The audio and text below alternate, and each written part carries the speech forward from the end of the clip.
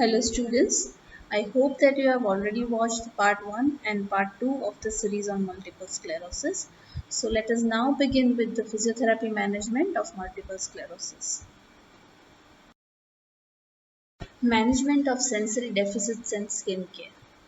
Now the primary goal for management of sensory deficit is to ensure the safety of the patient at all time. How? That is, we want to reduce the fall risk and we want to reduce the chances of skin breakdown.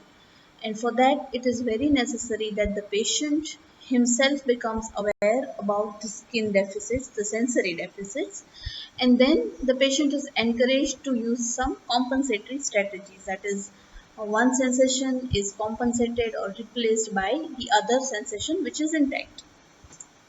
For example, a patient with proprioception loss. Okay, so if there is loss of proprioceptive sensation, that can be compensated by vision if vision is intact. So while walking or while doing any activity, the patient looks at the feet. Okay, so he compensates the proprioception loss by looking at the limb or looking at the joint which the patient is moving. So if a patient is walking, he will keep his eye on the floor and on the feet so that he can look his feet and avoid fall. But in patients with multiple sclerosis, it happens that vision is also affected most of the times. So in that case, this visual compensation technique cannot be used, and what we can try is proprioceptive loading. So proprioceptive deficit is there, but there are still few neurons which are redundant, and we want them to fire so that there is increased proprioception or increased proprioceptive loading, and more amount of feedback reaches the brain. Okay, so what are those techniques? You can utilize weights. Okay, you can tie weights to the lower limb while making the patient do activities of lower limbs like walking, stair climbing, or even standing, unsupported standing. You can utilize weighted instruments that can be used with hand. Okay, or you can tie weight to the hand, to the arm, or to the forearm, and that will load the proprioception. Light tracking resistance or working in water hydrotherapy also helps in loading the proprioception. So these techniques can be utilized. Like I told you, vision may be affected in most of the patient with multiple sclerosis. So it is important to maintain adequate lighting at all the time, even at the nights. Okay, because dark environment, cluttered environment will increase the risk of fall for this patient. So adequate lighting even at the night has to be maintained, and also the environment, some kind of environmental modification can be used. For example, the staircases, if there are any in the house, they can be marked with contrast colors so that the patient, while he is climbing or descending the stairs, he knows that this is a stair and this is the end of the stair. Okay, so now the next step is started, so that will prevent the fall risk. So such kind of environmental modification, decluttering the area, that kind of environmental modification is required to prevent the fall risk in patient who has affected visual acuity. For patient with double vision, diplopia, okay, these kind of patients will have problem while reading or while watching TV, or for example eating. Okay, so at that time the patient may use eye patch, that is one eye is patched, one eye is closed, and that will prevent diplopia. So the patient will not have problem in reading or watching TV or eating. But patching one eye will not allow the patient to perceive depth. Okay, so if you patch one eye, then that patient will have problems in depth perception. Plus, it will fail. The CNS will fail to adapt to this diplopia.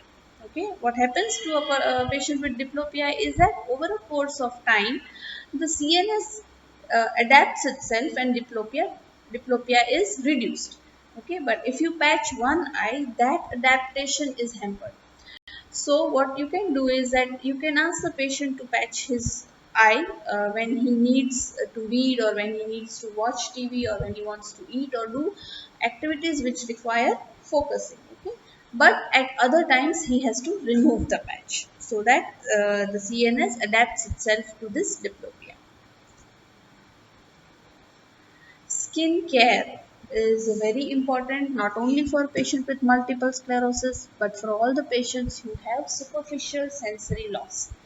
Okay, and the superficial sensations are also called as protective sensation. They protect the skin from injury. So if there is loss of superficial sensation, then skin care, teaching the skin hygiene and skin care is very important. And you have to ask the patient that the skin has to be kept dry all the time. Okay, so even if the skin becomes wet, it should be dried immediately and cleaned immediately. So this will help in avoiding or preventing the pressure sores. Okay, because these patients with multiple sclerosis, along with the loss of superficial sensations, they might have spasticity, they might have weakness, so they will tend to remain in one position for prolonged period of their time. They will not sense the discomfort that we normally sense while we maintain a particular position. They will fail to sense that discomfort, so they will not change their position. Even if they sense this discomfort, many times they are weak, so that they cannot move or they cannot change their position on their own. Sometimes the spasticity, along with spasticity, there are spasms, extensors of flexor spasm, which also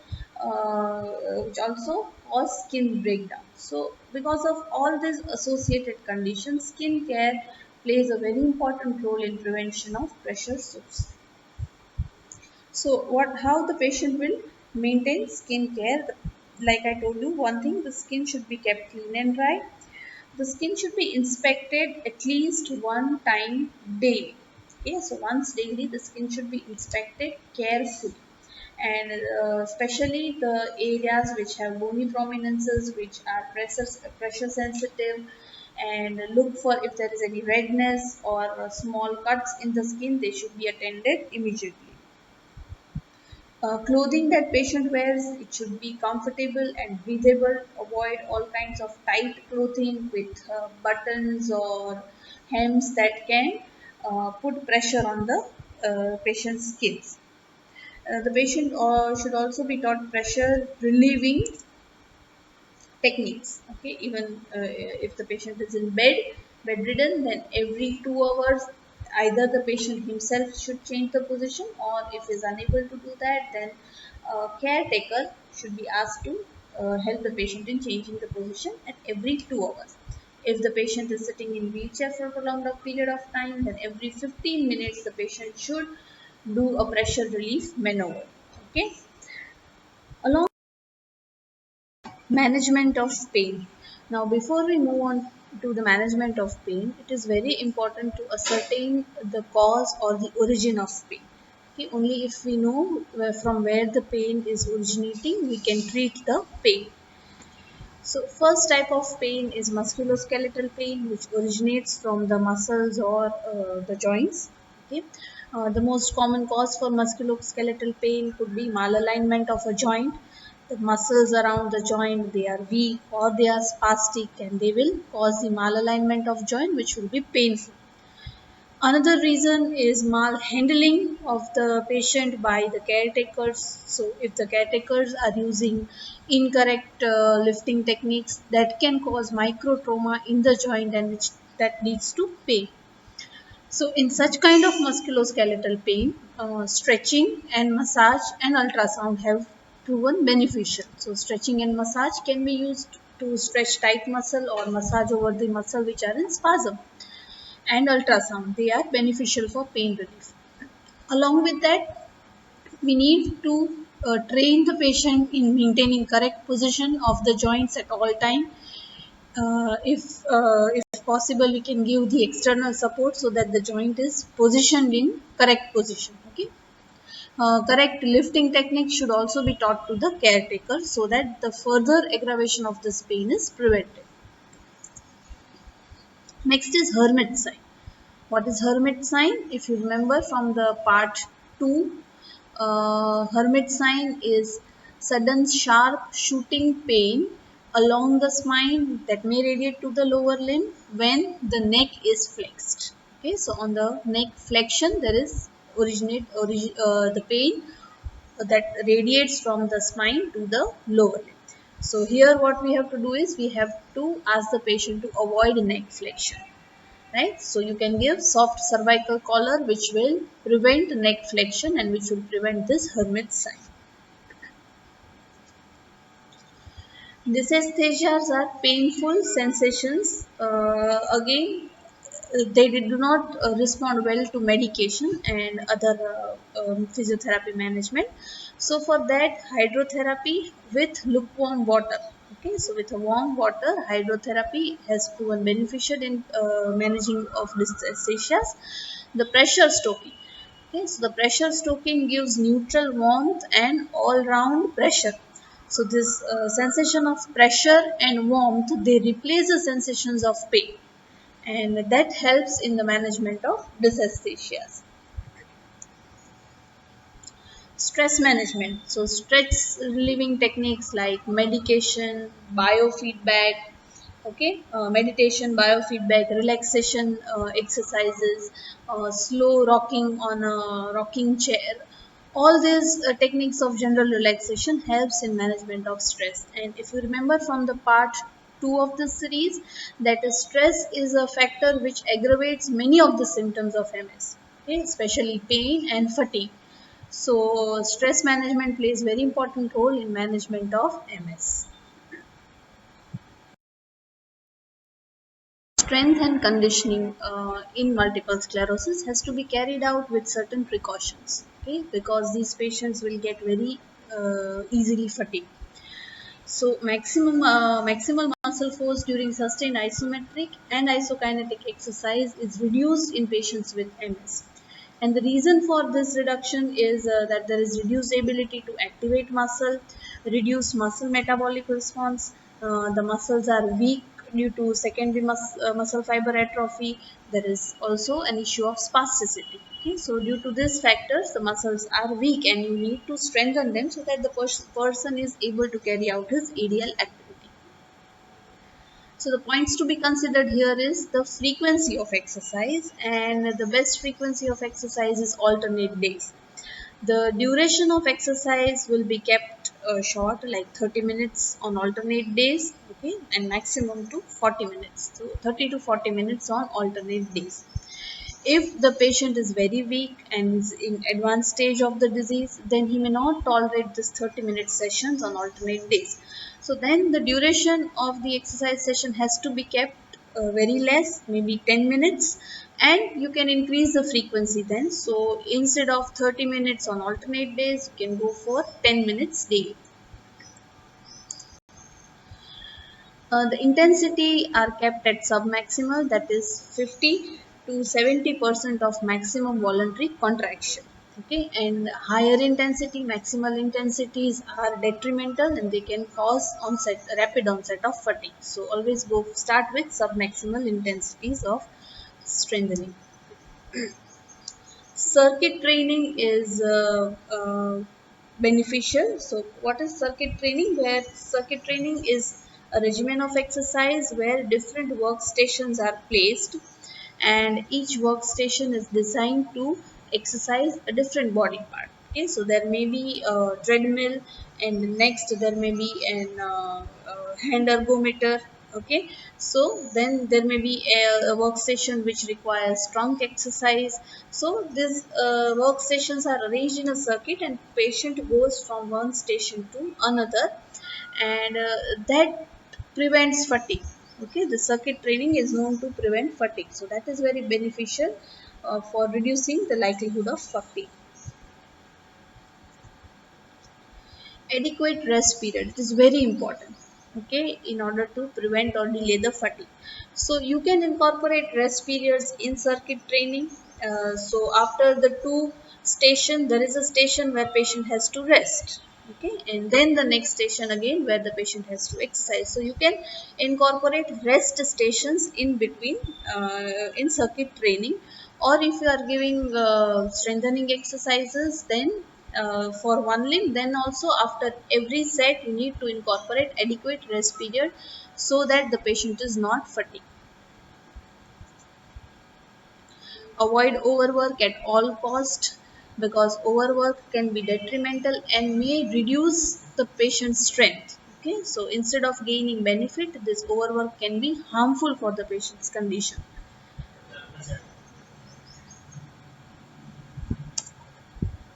Maintain core temperature. Environmental temperature as well as core temperature play a very important role in management of the symptoms in patient. So higher core temperature and higher environmental temperature can aggravate the symptom. So environmental temperature has to be controlled, and air conditioning is must when the patient is exercising. Additionally, to maintain core temperature, the patient can use mist sprays, okay, frequent mist sprays to cool the surface of the skin. Then cold sponging, or even the this cooling suits and cooling vests are available that helps in maintaining the core temperature. So these things are important to control the temperature. Avoid unsafe equipments. These patients may have proprioceptive deficit, they may have superficial sensory loss, so avoid equipments that can be unsafe. For example, free weights. Okay, so free weights held in hand where the upper limb does not have proprioception may be harmful. Patient may drop free weight and injure himself. So avoid use of all this unsafe equipments. Close chain and weight bearing exercises are very important. They help in patients with those who have proprioceptive deficit. So they load the proprioception. Okay? Weight bearing is also known as proprioceptive loading exercise. So compression, weight bearing, and close chain activities, they will help in proprioception deficit, and they will also help in strengthening. So body weight, strengthening using body weight, using close chain exercise and weight bearing exercise is advised.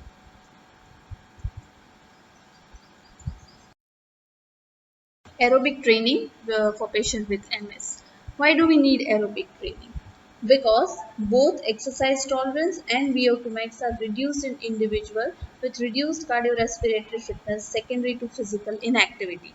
We call this phenomena as deconditioning. Okay. Moreover, these patients with MS also have respiratory muscle weakness, and that contributes to reduced exercise tolerance. So because of these factors, we need to train the patient in aerobic conditioning. Before we move on to aerobic training, there are certain precautions that you need to take if you are giving exercise to patient with MS. So precautions should be taken first to manage the core temperature and to prevent the overheating. Then to monitor the effects of fatigue. What are the effects of fatigue? There could be deterioration in the movement, okay, that the patient is doing. So that tells you about the there can be decreased range, and you can say that that is a sign of fatigue.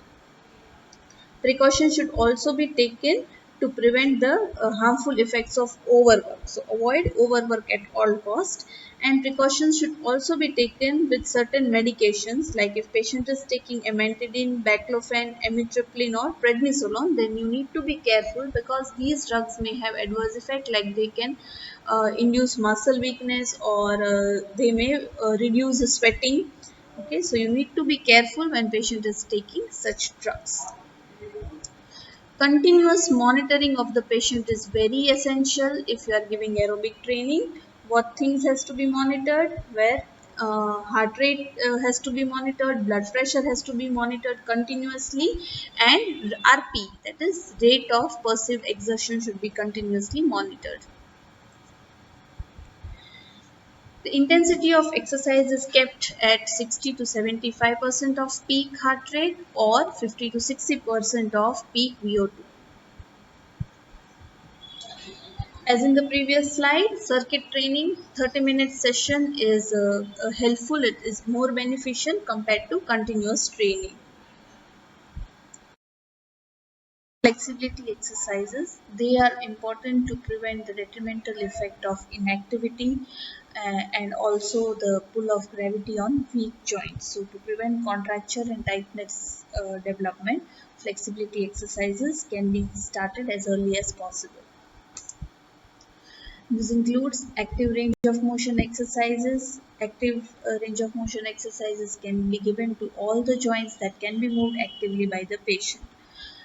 The joints should be moved actively in full range of motion and giving special attention to the multi-joint muscles. So multi-joint muscles should be stretched over all the joints that they cross simultaneously. For the joints which cannot be moved actively by the patient due to paralysis of the muscles or spasticity, they will be moved passively by physiotherapist and again special attention to be given to the multi-joint muscles that should be stretched. And passive range of motion exercises should be given daily to prevent tightness formation. Stretching programs. So the muscles that have been identified being prone in developing tightness are if the patient is using wheelchair and is dependent on wheelchair for its aerial activity, then the muscles which are prone to development of tightness are hip flexor muscles, hip adductors, hamstrings and calf muscles. So a stretching program should incorporate stretching of these muscles. And then if the patient is confined to bed, then the tightness can be developed in hip and knee extensors and plantar flexors. Okay, so the daily regimen or the patient should be asked to go into prone position at least half an hour daily. So that will prevent tightness, the development of tightness and stretching of these muscles. Gentle, sustained stretching of these muscles should be incorporated in physiotherapy program. Management. Fatigue is one of the most troublesome symptoms of MS. The patient will experience excessive sleepiness, excessive tiredness, and weakness. And because of the fear of fatigue, the patient will not want to do exercise or not want to engage himself in any physical activity. So, as a therapist, we are faced with a balancing act. On one hand, we have to prescribe an exercise, and on other hand, we have to prevent fatigue and overwork. So, there are basically two techniques for management of fatigue. The first is energy conservation.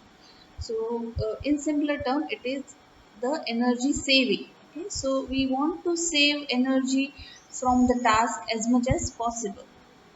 And from the tasks that are useful to the patient, that are meaningful to the patient. Okay, so energy conservation refers to the adoption of strategies that reduces the overall energy requirement of the task and overall level of fatigue, and these can include modification of the environment or modification of the task itself.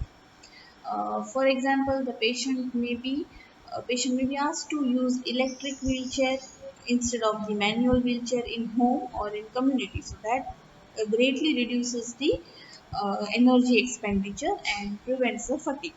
Then the patient certain tasks like cooking, if the patient was doing in standing position, then that environment or the task can be modified whereby patient can sit and do the task. Okay, then some supportive devices like orthosis or modification in the walker, the wheels can be added to walker so that the patient does not have to lift walker every time. Okay, and that would also reduce the energy expenditure of the task.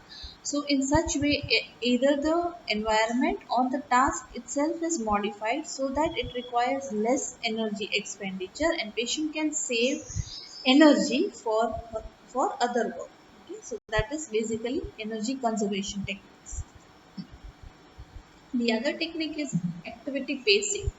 Now, activity pacing refers to the balancing of activity with rest period interspersed throughout the day. So, patient is asked to take frequent rest periods during the activity.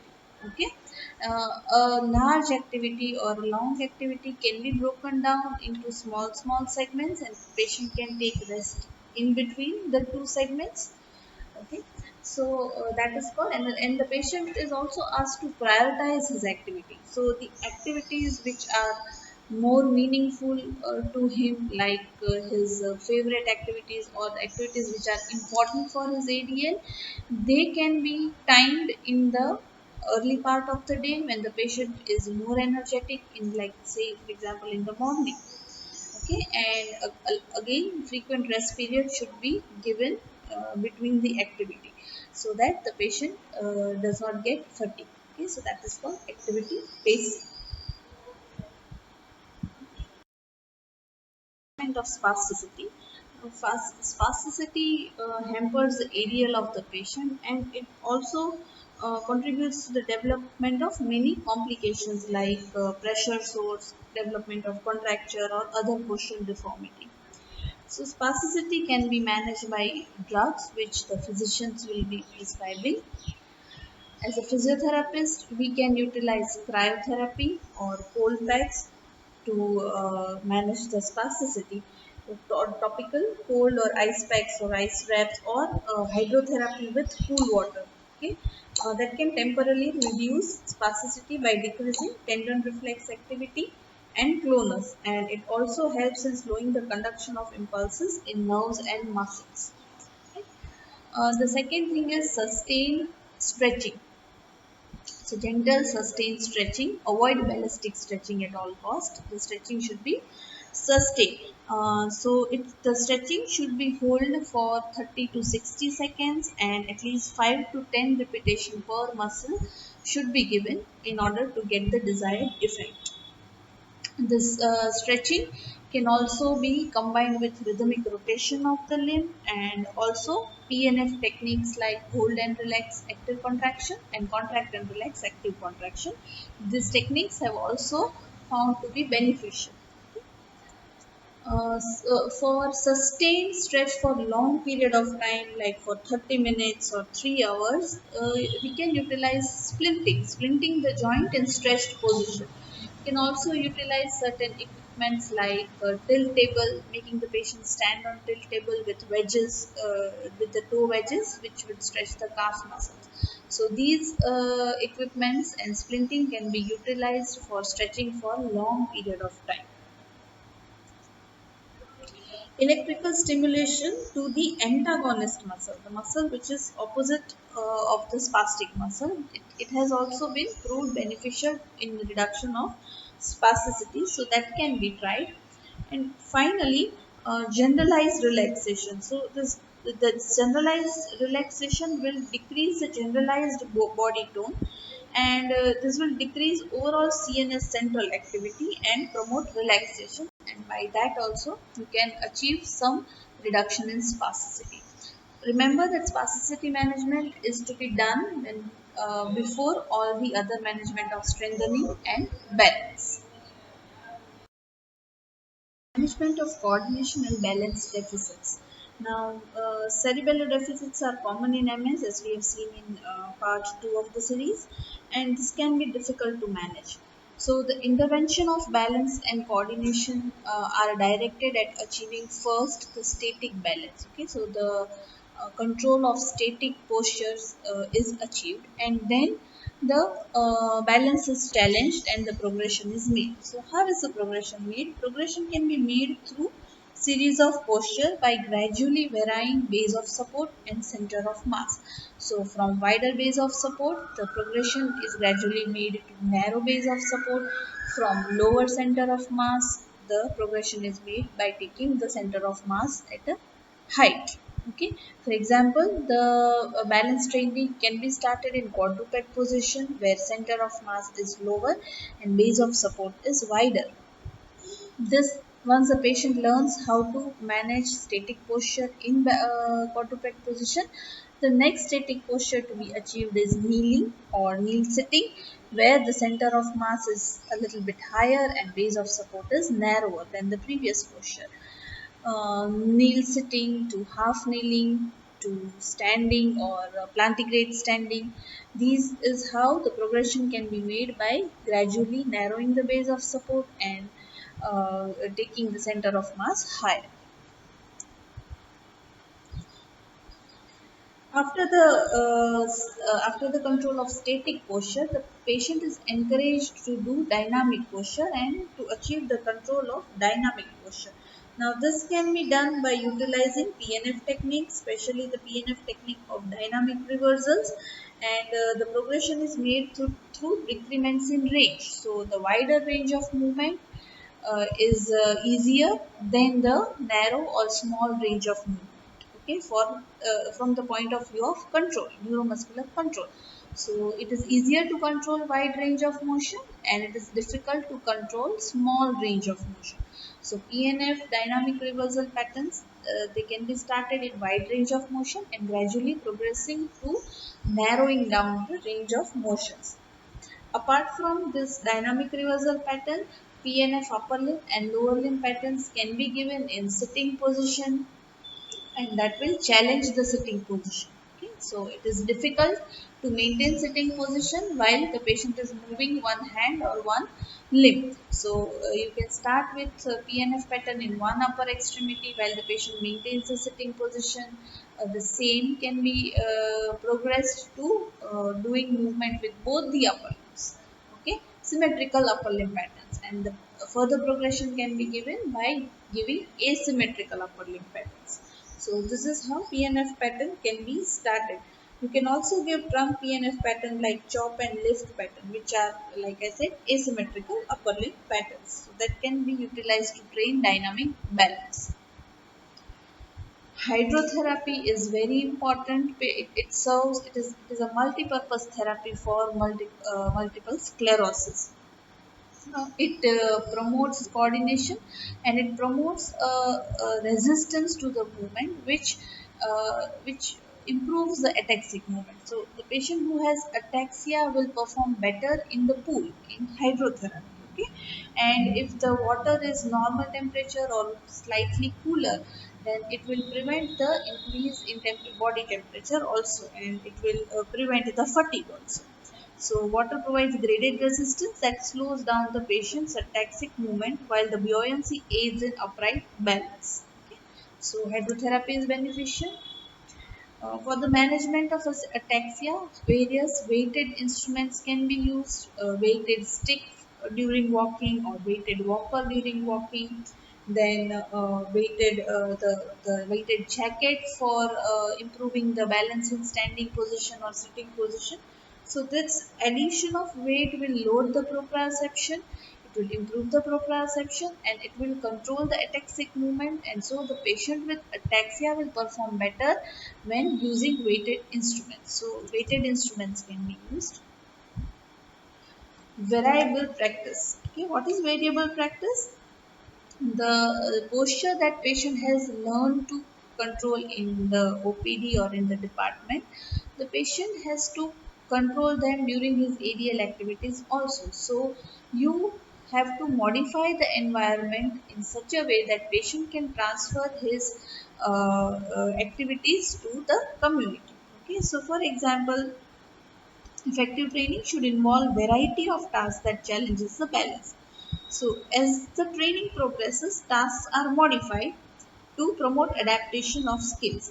Example, wide base to narrow base to tandem stance, then from stable surface to movable surface. If you are giving PNF pattern in sitting position on a stool, okay, you can progress to giving sitting position on a vestibular ball, okay, which is an unstable surface.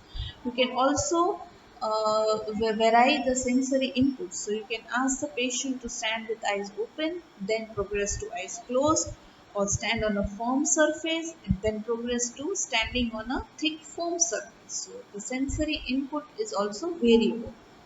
Yeah. Frankel's exercise, which was designed for patient with sensory ataxia, that can be given. The Frankel's exercise involves repeating a movement till the patient learns it. Okay, so till the movement becomes accurate.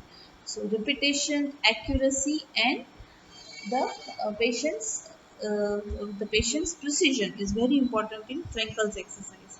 So as we know, the Frankel's exercise was originally developed in 1889 by Dr. H.S. Frankel. Okay, and these exercises have been applied in treatment of individual with MS. And exercises can be performed in all positions, can be performed in supine, sitting, standing, for upper limb, for lower limb, and they require concentration, repetition, and precision. These three are main characteristics of Frankel's exercise.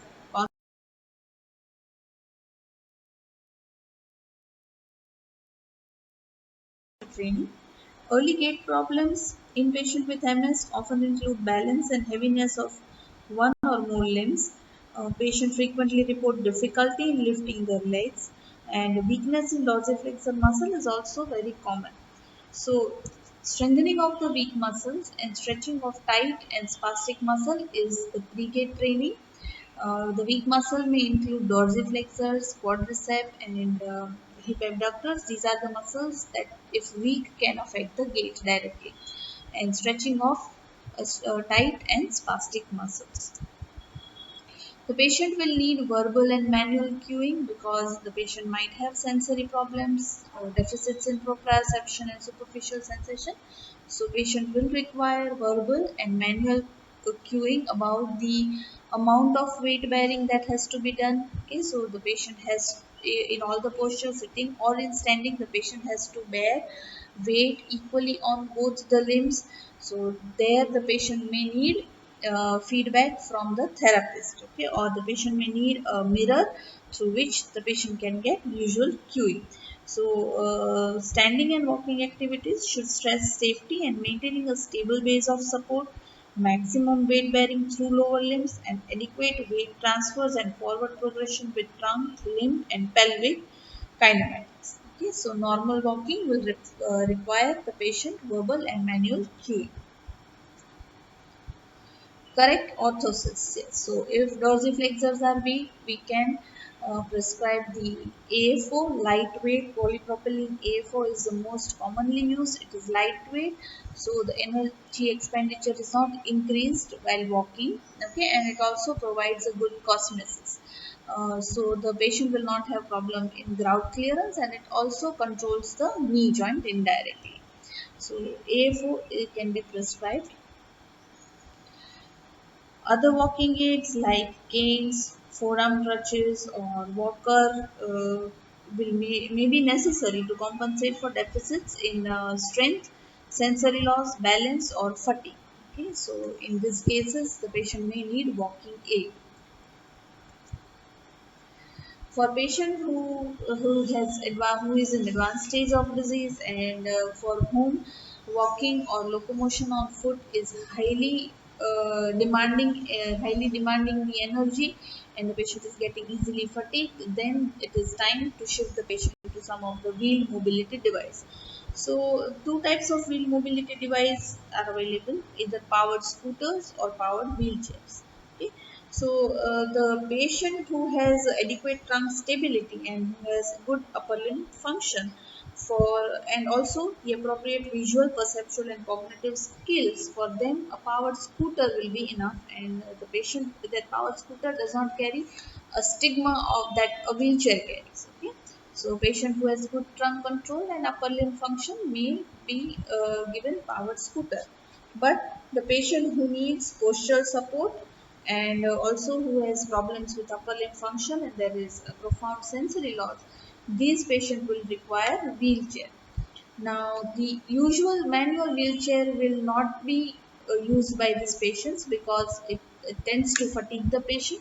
Okay, so powered wheelchair will be prescribed, and power wheelchair will be controlled through a joystick or a power wheel.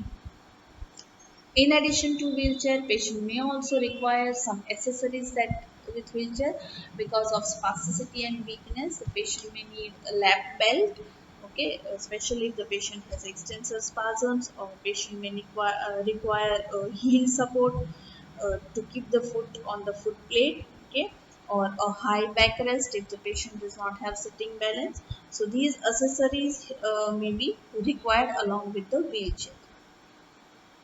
The wheelchair has to be customized for each patient.